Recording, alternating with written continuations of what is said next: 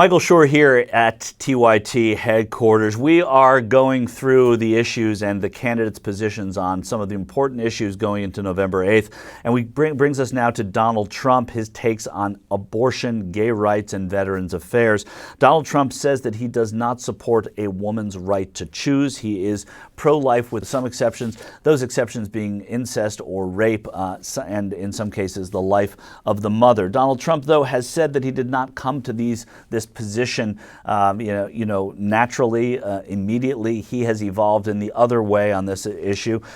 He was, for a long time in his life pro-choice. As he began to run for president and enter Republican politics, trying to appeal to the right wing, especially the evangelists in Iowa, the Christian conservatives in Iowa that he was trying to appeal to. He was very forthright about how he came to being pro-life. He says that he was inspired to change his position. He spoke of watching an unnamed friend decide against ending a pregnancy.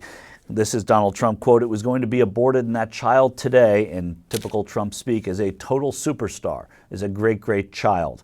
I think he said that at the first debate in Cleveland, and a lot of people are like, that's some way of describing it, but that way of describing things has been typical of Donald Trump throughout. He's previously said that he thinks that there needs to be some form of punishment for women who get and doctors who give abortions. That's a very, very conservative departure from even the most sort of commonplace pro-life stances that a lot of candidates have taken. And he wants, of course, as he has done often in this campaign, he lets it to the states to decide. It's a typical way that both politicians on the left and the right use when there's an issue that's kind of touchy. They want to say, well, I'm going to defer to the states to decide. This one, he's been no different on this issue.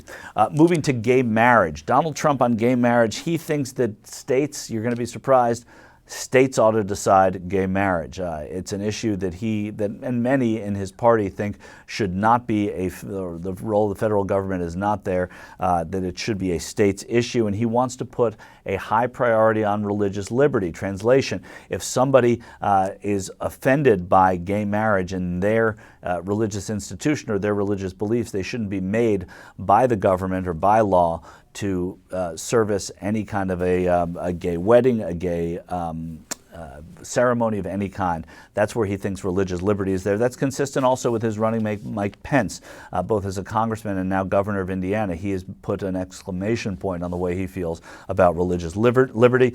And he believes also, Donald Trump, that states should decide, and this is an issue that isn't so much about gay marriage, but states should decide whether transgender people need to use the bathroom of their birth gender. It's a touchy issue in the state of North Carolina mostly, but it's also brought a lot of people into the conversation on LGBT rights, and he thinks that, again, the states should be in charge of that. We move to Veterans Affairs. Donald Trump has made a big centerpiece of Veterans Affairs, whether or not his charity has or has not given money to veterans groups. It certainly hadn't. The money that he raised after bowing out of a debate in late January in Iowa was supposed to have been put toward veterans groups. Until recently, that money had not gotten there.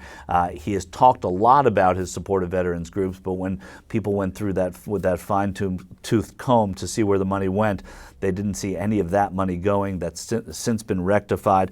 He believes, though, that the opportunities for veterans should be extended to choosing their own doctors, which is a way of marginalizing the VA, the Veterans Administration hospitals. If doctors are able to be chosen by the veterans returning home, he thinks that would make it a lot better, a lot more efficient. He wants to increase mental health professionals and create a White House hotline specially for veterans, so that they could call up, talk about their problems. It's a dedicated line at the White House. It seems like that's an innovative thing to do, because there's been a lot of trouble, and this is playing into the Obama administration, a lot of trouble getting through even to the VA for a lot of these veterans. And he also pledged to fire or discipline VA employees who fail veterans or breach the public trust in that way, which is certainly consistent with how it always is, but he's putting some emphasis on that as being the punitive part of letting the veterans down. He's made veterans a centerpiece, again, of his campaign. He campaigns on military cities to military communities. He's been on boats, the USS Iowa here in San Pedro, California. He gave a big speech about foreign policy there, to veterans. It's been where he has been able to get a lot of his attention, so he is going to make a lot of his party line, a lot of his focus appealing to veterans. Michael Shore for TYT. See the Hillary Clinton side of these stories and more on Donald Trump.